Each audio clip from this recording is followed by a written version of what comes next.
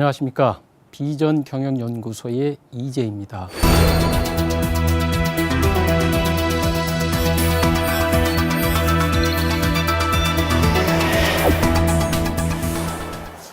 오늘은 정치, 경제, 사회, 문화적으로 많은 변혁이 있고 그 속에서 갈등 현상이 많이 표출되다 보니까 리더십에서도 뭔가 좀 대안을 마련해야 됩니다. 그러면서 최근에 많은 관심을 가지고 있는 서번트 리더십, 한마디로 얘기해서 섬김의 리더십에 대해서 좀 알아보고자 합니다.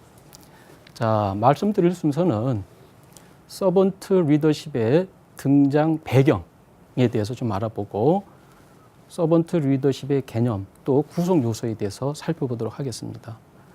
그리고 서번트 리더의 철학, 그리고 사고의 틀, 관념, 이런 패러다임에 대해서 살펴보도록 하겠습니다.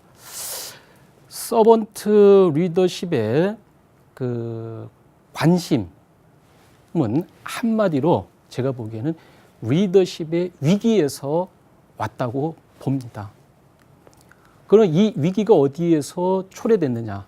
저는 신뢰의 문제라고 보고 있습니다. 신뢰의 문제라고 보고 있어요. 자, OECD에서 각국 정부에 대한 국민들의 신뢰도에 대해서 조사를 해서 발표를 했습니다. 그래서 2014년도 이제 조사 결과죠, 그죠? 한국은 정부에 대한 국민들의 신뢰도가 35%로 나타났어요. 35%. 조사 대상 41개국 가운데 몇 위를 차지했냐면은 26위를 차지했습니다. 26위를 차지했어요.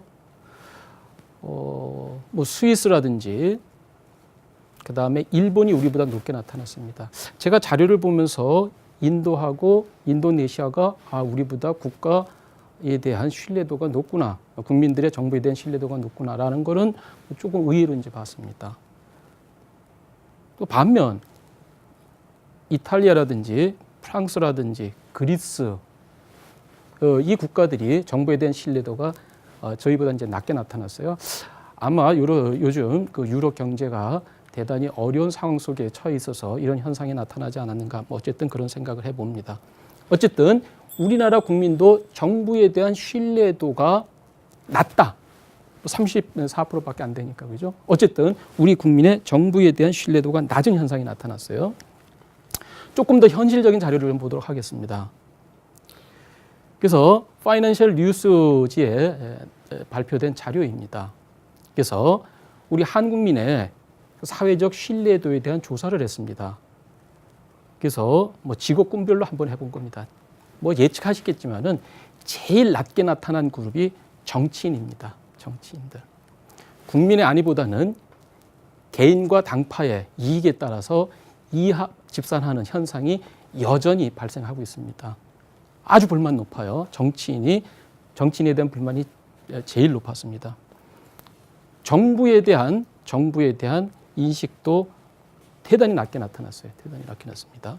사회 불평등이 심화되고 있죠. 그죠? 소통이 부재가 되죠. 그러다 보니까 정부에 대한 신뢰도 역시 낮습니다.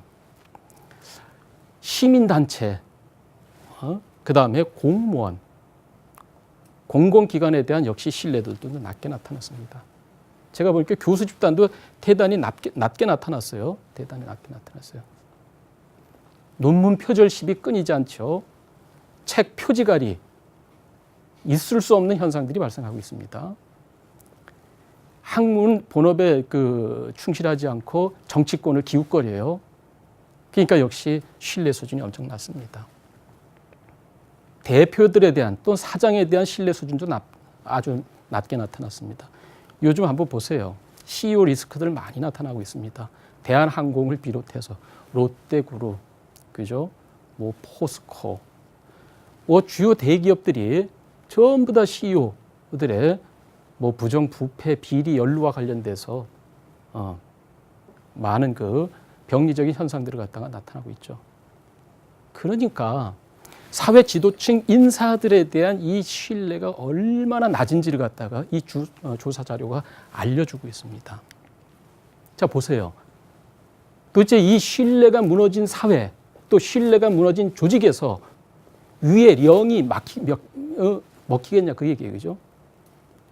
니나 잘해라 이제 그럴 거 아니에요. 그죠? 안 먹힌다는 얘기예요. 그래서 리더십의 대안을 마련해야 됩니다. 이 신뢰가 무너진 사회에서 어떻게 신뢰 회복을 통해서 예를 들어서 조직 구성원들의 동기를 유발할 것인가 이슈가 되는 거죠. 그죠? 그래서 어쨌든 신뢰의 위기에서 서번트 리더십, 섬김의 리더십에 대한 이슈가 관심을 받기 시작한 거죠. 한마디로 어쨌든 신뢰 구축을 통해서 상호 혜택이 있다라는 걸 갖다가 우리가 인지하고 그렇게 만들어 나가자는 얘기입니다. 신뢰하게 되면은 대단히 좋은 현상들이 많습니다. 사회 심리적인 비용들이 많이 감소가 됩니다. 우리가 상대방을 불신하게 되면은 초조하고 불안합니다. 이런 갈등과 긴장에 따르는 그 심리적인 비용들이 나가게 되죠. 그죠? 그리고 긴장 갈등을 하게 되면은 사회적 관계가 형성이 안 되고 사회적 관계가 형성이 안 되면은 사회적 자산 이런 게 감소되는 추세죠. 그죠? 또 신뢰를 하게 되면 경제적인 혜택도 오게 됩니다. 예를 들어서 신뢰를 하게 되면은 정보 공유가 될 테고 다양한 소통에 따라 가지고 그죠? 조직의 어떤 전체적인 지성이 증진되고 그 속에서 예를 들어서 더 좋은 품질의 제품과 서비스가 이루어질 수 있는 거죠. 따라서 고객으로부터 많은 그 경제적 이득, 혜택을 갖다 얻을 수 있는 거죠. 무엇보다도 더 중요한 건 신뢰하게 되면 긍정적인 정서가 형성이 된다라는 내용입니다. 어쨌든 신뢰라는 거는 조직에서나 사회에서나 상당히 중요한 팩터임에 틀림이 없습니다. 자, 그러면은 신뢰의 위기에서 서번트 리더십이라는 개념이 관심을 받게 된 건데, 그럼 서번트 리더십이 뭔가에 대해서 우리가 좀 알아봐야 되겠습니다. 서번트 리더십에 대한 그 이슈가 제기되기 시작한 거는 1970년경입니다. 그래서 로버트 그리니프라는 박사에 의해서 제기가 됐습니다. 아이디어는 여기서 얻었어요. 여러분들 그 잘 아시는 그 독일의 소설가 있죠, 그죠? 헬만 헤세가 있습니다. 헬만 헤세의 그 소설 중에 동방순례라는 책이 있습니다. 거기에 레오라는 주인공이 나와요. 레오는 그 순례단의 그 하인, 머슴의 역할을 하는 사람입니다.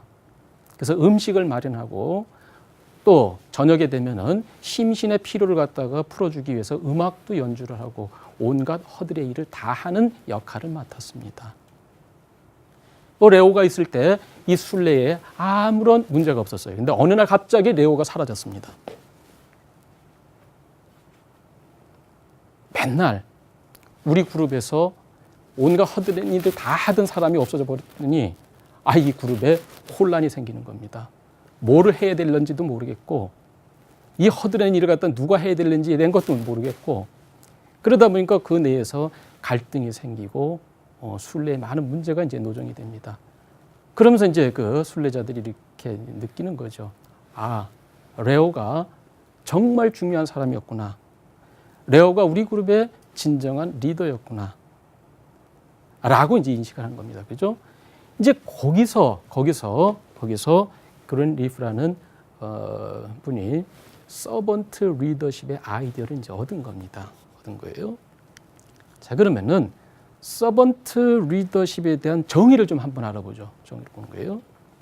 인간 존중입니다. 그 다음에 무엇보다도 조직 구성원들의 니즈를 잘 파악하고 그거를 충족을 시켜준다라는 내용이에요. 그리고 구성원들의 잠재력을 발휘할 수 있도록 키워드가 봉사와 헌신입니다. 그죠? 그를 바탕으로 해서 솔선수범하는 실천의 리더십입니다. 자, 이 좋은 글이 있어서 소개합니다. 이신교하니 즉종하고 이언교하니 즉송하더라라는 내용입니다. 즉 몸신자죠, 그죠? 어조사 이 그래서 몸으로 가르쳤더니 바로 즉자입니다. 바로 쫓을종 따라온다는 얘기입니다. 그러니까 몸으로 가르쳤더니 바로 쫓아오고 이언교하니 즉 말로서 가르쳤더니 즉 바로 소송할 송자입니다. 시끄러울 송자예요. 뒤에서 말이 무성하더라. 좋은 말이죠, 그죠? 몸으로 가르쳤더니 바로 쫓아오고, 말로서 가르쳤더니 수근수근 뒤에서 시끄럽더라 라는 내용입니다. 한마디로 리더는 솔선수범하자라는 맥락이고, 요게 제가 보기에는 그 서번트 리더십, 섬김의 리더십을 가장 잘 표현하는 문장이 아닌가라는 생각이 들어갑니다. 어쨌든 서번트 리더는 파워, 권력보다는 영향력의 발휘를 통해서 리더십을 발휘한다라고 이렇게 봅니다. 권력은 자리에서 나옵니다. 그래서 포지션 파워, 지위 파워라고 합니다. 자리가 사람을 만든다는 개념입니다. 그죠? 자리가 있음으로 해서 힘이 나오는 겁니다. 그러니까 강제할 수 있고 질책할 수 있고 하는 겁니다. 그죠? 명령할 수 있는 거죠. 그러나 서번트 리더는 영향을 미친다라고 합니다.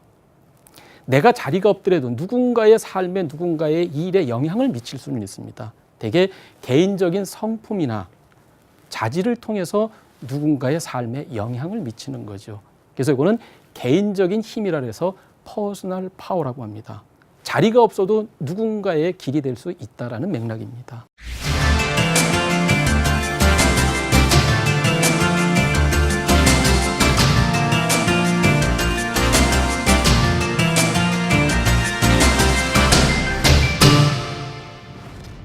서번트 리더십의 구성 요소에 대해서 좀 한번 알아보도록 하겠습니다. 서번트 리더십의 측정 도구들은 4가지 팩터를 기준으로 해서 개발이 돼 있다고 보시면 됩니다. 첫 번째는 소통에 대한 내용들입니다. 두 번째는 구성원의 니즈, 세 번째는 구성원 성장, 지원, 개발, 마지막으로 봉사와 헌신, 이렇게 구성이 되어 있어요. 구체적인 항목들은 보면 경청과 공감에 대한 내용들이 나옵니다. 경청을 하냐, 공감을 하냐, 그 다음에 설득을 하느냐, 그리고 구성원들의 관심사를 충족시켜주는 것을 최우선으로 하느냐, 당연히 그들의 니즈를 갖다가 정확히 인지하고 있느냐, 이런 항목들이 겁니다. 그 다음에 또 하나는 구성원들의 그 정서적 치유라고 합니다. 심리적으로 평안함을 느끼게 하는 그런 행동들을 의미합니다. 그리고 권한 위임을 통해서 성장을 지원을 하고, 그 밖에 여러 가지 그 경력 개발 활동을 통해 가지고 조직 구성원들이 성장 발전할 수 있도록 지원하는 활동이죠, 그죠? 그 다음에 그 공동체 지원이라 합니다. 우리가 이게 조직에서는 조직 시민 행동이라 합니다. OCB라고 하는데, 조직 시민 행동이라는 것은 내 일이 아니라고 하더라도 뭔가 사회적 공익을 위해서 발벗고 나서서 자발적으로 일하는 행동을 말합니다. 그래서 서번트 리더십에서는 공동체 활동들을 중요시하게 여기고 있습니다. 그리고 윤리적, 도덕적 행동에 대한 걸 강조를 하고 있습니다. 신뢰가 무너졌으니까. 그래서 어쨌든 서번트 리더의 4개의 그 능력 분야는 이렇게 돼 있고, 그 능력을 갖다가 구체적으로 표현하는 행동 방식을 이렇게 우리가 설명하고 있는 겁니다. 자, 그러면은 서번트 리더의 철학에 대해서 한번 알아보도록 하겠습니다. 자, 여러분들 1960년 10월 25일에 무슨 사건이 발생했는지 혹시 아십니까? 잘 이제 모르실 텐데.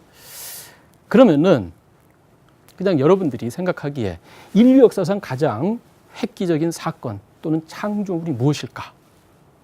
이게 뭘까요? 그죠? 어떤 분들은 인터넷의 발견, 어떤 사람은 활자, 인쇄술의 발달, 전기의 발명, 이런 얘기를 합니다. 전기 발명. 여러분들의 생각은 어때요?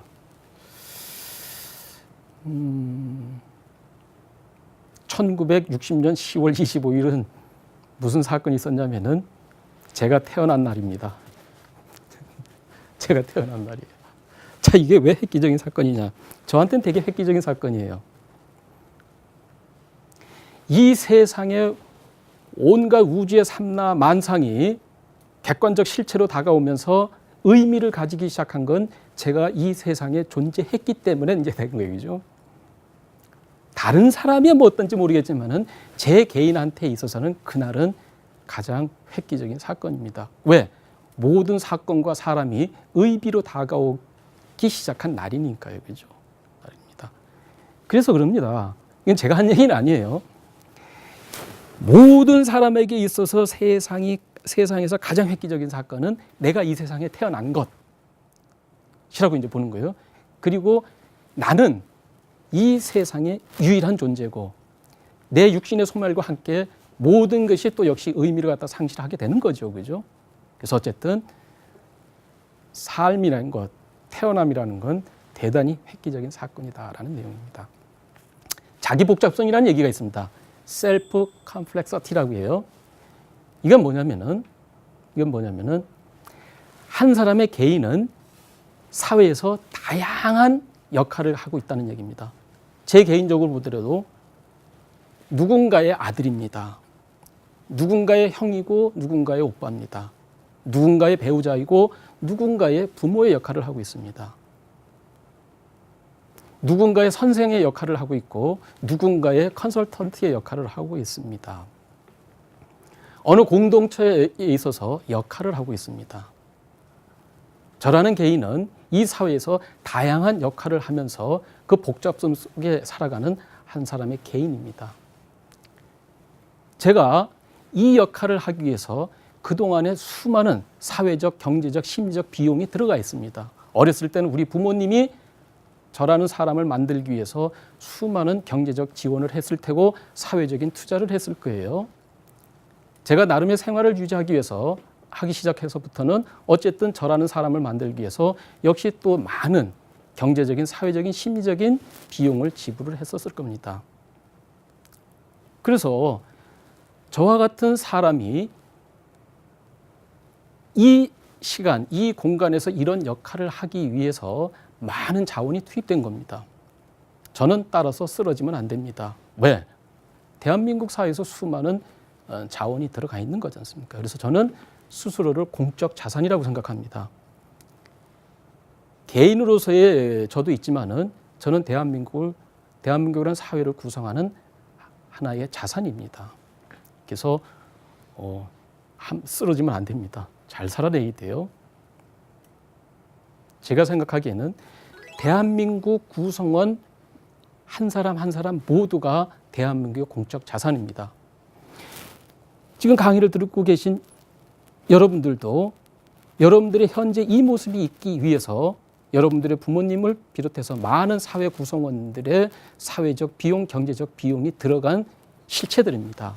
여러분들을 만들어내기 위해서 정말 많은 세월과 많은 비용들이 투자된 거죠. 따라서 쓰러지면 안 됩니다.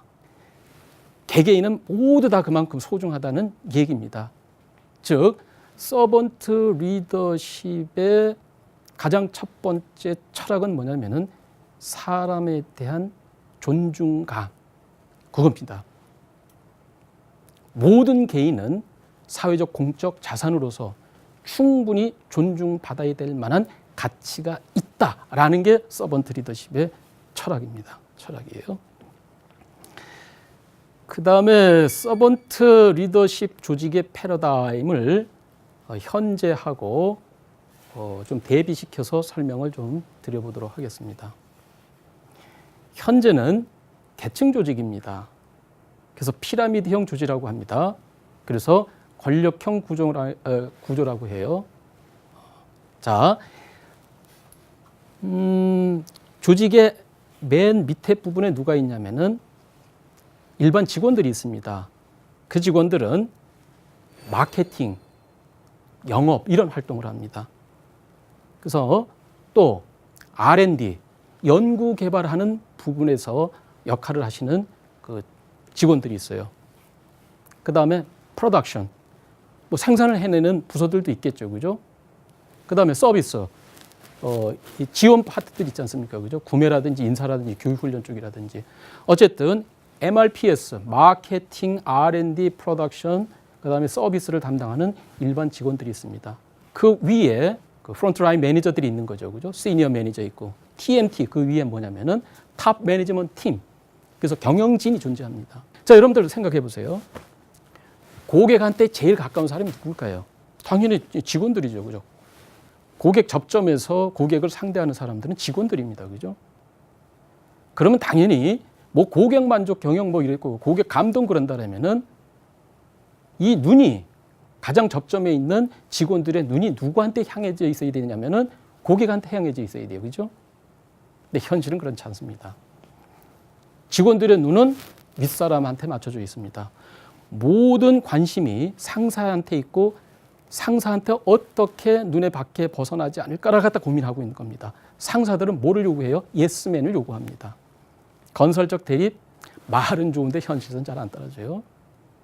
시키는 대로 라는 그런 문화가 여전히 팽배한 게 조직의 현실입니다. 예스맨을 요구하는 조직이 제가 보기에는 훨씬 더 많아요. 이게 현재의 조직의 모습입니다. 자, 그러면 어떻게 바뀌어야 되냐라는 맥락입니다. 이렇게 한번 보자는 얘기예요. 역삼각형으로 본 겁니다. 요거 한번 팽이 생각해 보세요. 잘 돌아가겠죠, 그죠? 팽이, 그죠? 그래서 잘 돌아가는 조직의 패러다임 그런 거는 거꾸로 이제 본 겁니다. 거꾸로 본 거예요. 고객이 맨 위에 가겠는 거겠죠, 그죠? 그래서 상사를 바라보는 게 아니라 고객을 바라보고 그 고객을 섬기는 조직이라는 얘기입니다. 자, 그런 이제 얘기는 뭐냐면 경영진의 고객은 매니저가 될 테고 매니저의 고객은 일반 직원들이 될 테고 일반 직원들의 고객은 고객이 될 테고, 그죠? 어쨌든 이런 그 역삼각형 구조로 보자는 얘기입니다. 자, 힘은 내가 더 세, 지위는 내가 더 높아.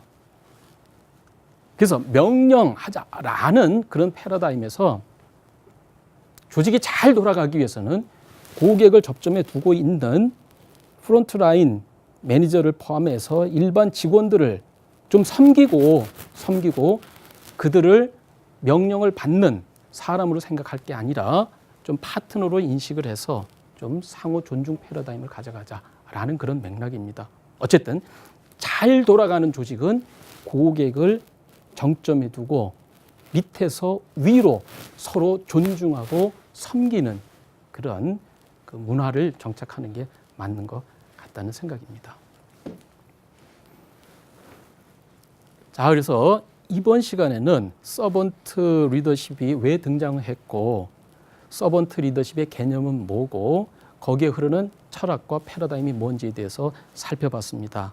다음 시간에는 이와 연계를 해서 서번트 리더십을 어떻게 구체적으로 실행을 할 건지 그 방법론에 대해서 알아보고 또 리더십에 대한 제 나름대로의 해석을 한번 말씀을 드리는 그런 시간을 갖도록 하겠습니다. 수고하셨습니다.